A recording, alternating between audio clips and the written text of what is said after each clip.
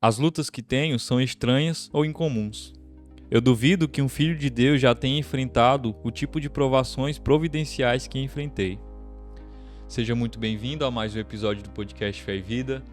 Oitavo e último episódio dessa série Eu Sou Realmente um Cristão. Nós estamos usando esse livro aqui, não sei se vai dar para ver, mas o livro com o mesmo título da nossa série, do Thomas Boston, que ele vai trazer 8 dúvidas, e a gente tem feito essa caminhada aí, tentando responder essas dúvidas que são comuns aos cristãos, que são comuns na nossa caminhada de fé.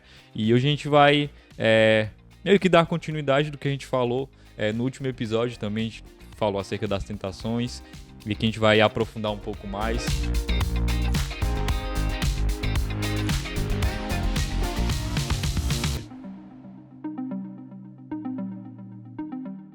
Vamos lá para o assunto do episódio de hoje, né, Wellington? E ele trata aqui, no sentido de provações aparentemente incomuns, né? Quem sabe ali alguém que tem enfrentado lutas em áreas que de repente já compartilhou com outro cristão, outro irmão na fé, mas que aquela outra pessoa não passou por aquilo, né? Ou de repente tem sido difícil ver outras pessoas, saber de outras pessoas que têm tido lutas nesse mesmo sentido, né? Então, alguém que tem enfrentado lutas nesse sentido, né? De tentações que aparentemente são incomuns, né? O que você poderia nos dizer aí, a princípio? O interessante é a gente lembrar que é, a gente sempre vem afirmando isso acerca da Escritura ter todas as respostas, né? E de fato ela o tem. Mas é também importante lembrar que nós estamos em constante mudança, o mundo está em constante mudanças e pode ser que uma situação específica que nós passamos agora, ela não tenha uma situação idêntica, semelhante lá nas Escrituras. E então a leitura que alguém possa ter acerca disso é que eu sou o primeiro a passar por isso, né? Então ninguém nunca passou. Então tem algumas coisas para a gente pensar sobre isso. A primeira é, mesmo que não haja uma situação semelhante à sua, né? Mas a palavra tem princípios que norteiam nossa vida em qualquer situação. Não há nenhuma situação em que a palavra não nos dê ferramentas para vencer aquela tentação, aquela provação, aquele problema especificamente. Então, isso é impossível. Sim, é possível que na Bíblia não tenha um exemplo semelhante, mas a Escritura tem resposta para qualquer problema. Então, há princípios ali que podem ser utilizados para lidar com qualquer situação.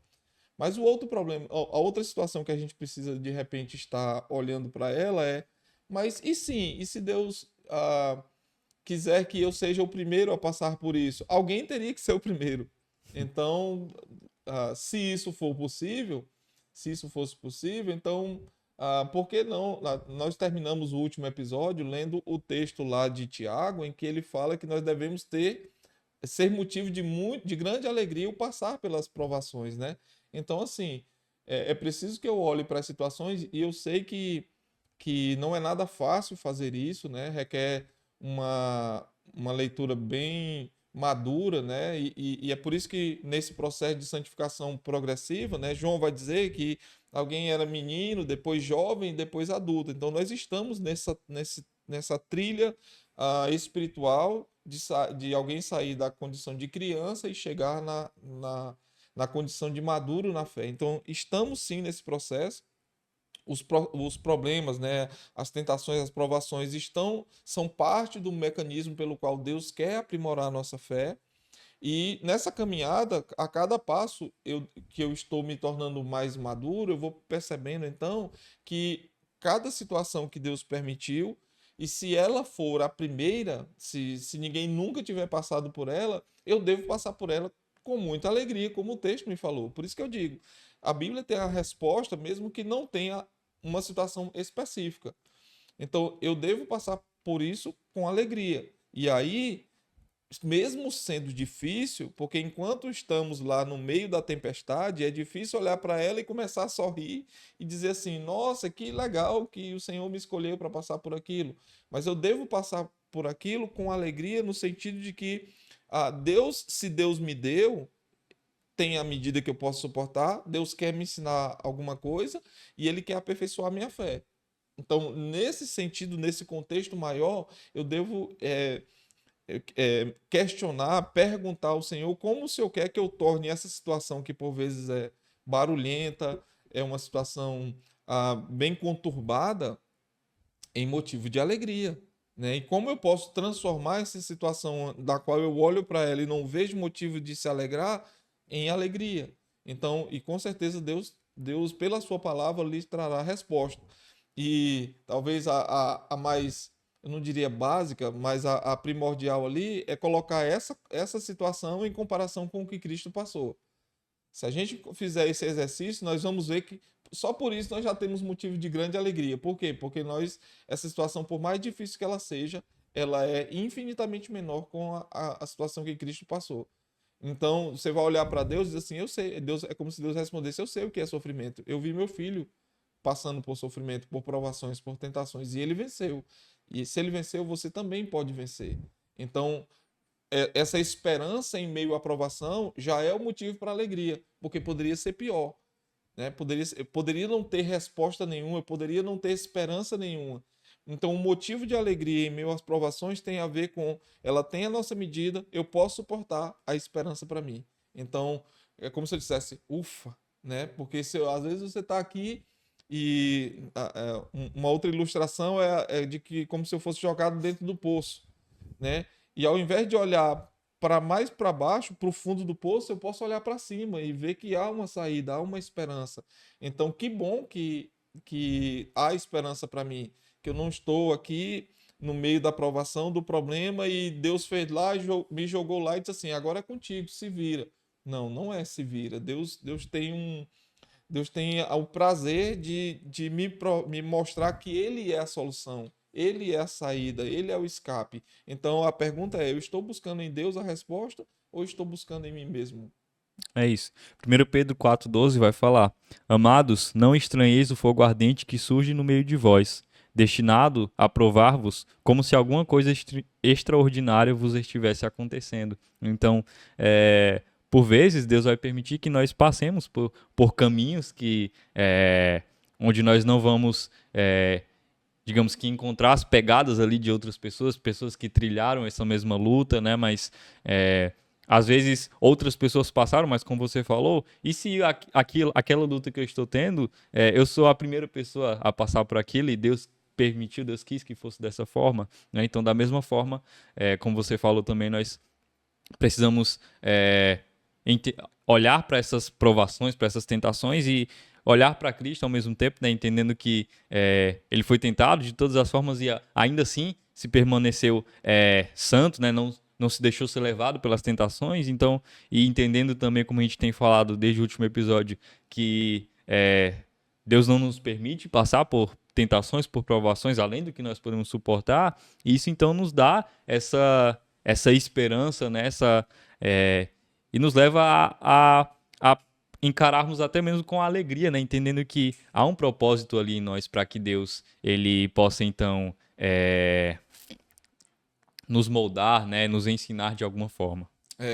Com certeza, eu estava pensando aqui que sim, é bem difícil nós lidarmos com isso e dizermos assim, o que fazer, né? O que eu vou fazer aqui? Qual é o caminho que eu vou trilhar? E eu não estou vendo pegada, não tem exemplos aqui de o que fazer, de como fazer. Mas é lembrar que a palavra tem todas as respostas que nós precisamos. Enquanto eu falava aqui, até pedi a Bíblia aqui para eu abrir e ler o texto do Salmo 19 acerca da função da palavra nesse processo. E no Salmo 19, a partir do verso 7, vai dizer assim: a lei do Senhor é perfeita e restaura a alma. O testemunho do Senhor é fiel e dá sabedoria aos simples. Os preceitos do Senhor são retos e alegram o coração. O mandamento do Senhor é puro e ilumina os olhos. O temor do Senhor é limpo e permanece para sempre. Os juízos do Senhor são verdadeiros e inteiramente justos.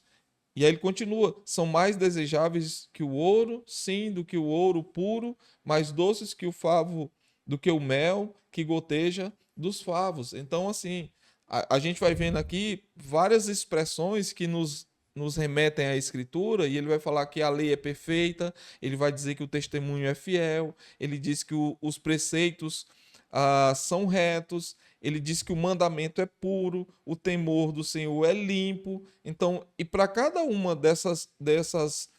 ah, desses exemplos aqui, dessas formas de falar da Escritura, há uma finalidade. Ele diz que restaura a alma, dá sabedoria, alegra o coração, ilumina os olhos, acima de tudo, permanece para sempre. E ele diz: são verdadeiros e inteiramente justos. Então, a palavra é essa, essa luz que nós precisamos para nos ajudar a trilhar aquele caminho, independente se eu sou o primeiro ou não, independente se eu já passei por aquilo ou não, se alguém na história já passou ou não. A verdade é que nós, na palavra, temos tudo que nós precisamos para trilhar aquele caminho e lembrar que, para cada um deles, Cristo já passou por eles e ele é a nossa maior esperança. Então nós podemos olhar para ele como esse nosso modelo perfeito e saber que nele nós temos tudo que nós precisamos para vencer todo e qualquer problema, toda e qualquer tentação, toda e qualquer provação. É. Como a gente até comentou também no último episódio, não é a minha experiência pessoal, né, que vai ser parâmetro para, quem sabe, ajudar meu irmão, né, ou também ao contrário, meu irmão ele precisa ter passado pela mesma coisa que eu passei para que ele possa então me ajudar, né, mas o nosso modelo, né, a maneira que as respostas, na verdade, que nós vamos encontrar para os nossos problemas, para qualquer problema na nossa vida, está nas Escrituras, né? Sim. E como você falou também logo no início, né, talvez nós não vamos encontrar, né, na verdade, muito dos problemas que nós enfrentamos, nós não vamos encontrar um exemplo específico que aconteceu da mesma forma nas Escrituras, né, mas nós vamos encontrar as respostas para lidar com aquele problema. E eu vou até ler aqui um trecho do livro que o autor traz, no final, ele diz assim: se o Senhor o levar ao céu por algum caminho deserto e remoto, por assim dizer, você não teria razão para se queixar. Devemos aprender a permitir a liberdade apropriada para a soberania de Deus. Cumpra o seu dever. Não deixe que qualquer dificuldade que você enfrente esconda de você o fato de estar em estado de graça, né? Então, mesmo que o Senhor resolva nos levar por esse caminho remoto, né, por esse caminho deserto, talvez nos trazendo ali alguma luta onde nós não vamos encontrar pessoas que passam pela mesma situação, nós não temos razão para nos queixarmos, né? Nós devemos olhar para Cristo, e olhando para Cristo nós vamos perceber que ele passou por todo tipo de tentação, né, e ainda assim não pecou, e nós encontramos nele então esse modelo, e nós temos os meios, né, como a gente sempre tem falado, para vencermos as tentações, vencermos o pecado. Nós temos a palavra de Deus, a igreja, né? Nós temos essa comunidade onde outras pessoas podem nos ajudar. Então, diante dessas tentações, mesmo que sejam mais incomuns, digamos assim, né? Nós temos esperança, né? Nós temos as respostas para ela nas Escrituras. O mundo ele está tentando dizer que você é a última Coca-Cola do deserto. Enquanto a gente falava aqui, eu estava lembrando de uma música que o título dela é Quem Sou Eu, né? E o refrão vai dizer que eu sou como o vento passageiro que aparece e vai embora, como ondas no oceano, ou assim como um vapor, né? Então, às vezes, o mundo está tentando dizer que você deve ser exaltado, mas é Cristo que deve ser exaltado. Então, as provações nos humilham e nos levam para o nosso devido lugar, nos dão esse choque de realidade para dizer: ó, você não é isso que o mundo diz que você é quem Deus diz que você é. E a beleza do processo é a nossa dependência de Deus, né? E lembrarmos que Ele é quem merece toda a honra e toda a glória e não eu. E também nos lembrarmos, como você falou agora, que Cristo é esse modelo perfeito pelo qual eu devo olhar e então ter esperança para vencer todo e qualquer problema. Estou bem feliz com a nossa série, com aquilo que a gente pôde ao longo dessas semanas pensar sobre as dúvidas, né, e sobre os assuntos, e para mim encerrar com isso de olhar para a Escritura, né, e ver que nela nós temos tudo o que nós precisamos, é esse antídoto, mas acima de tudo essa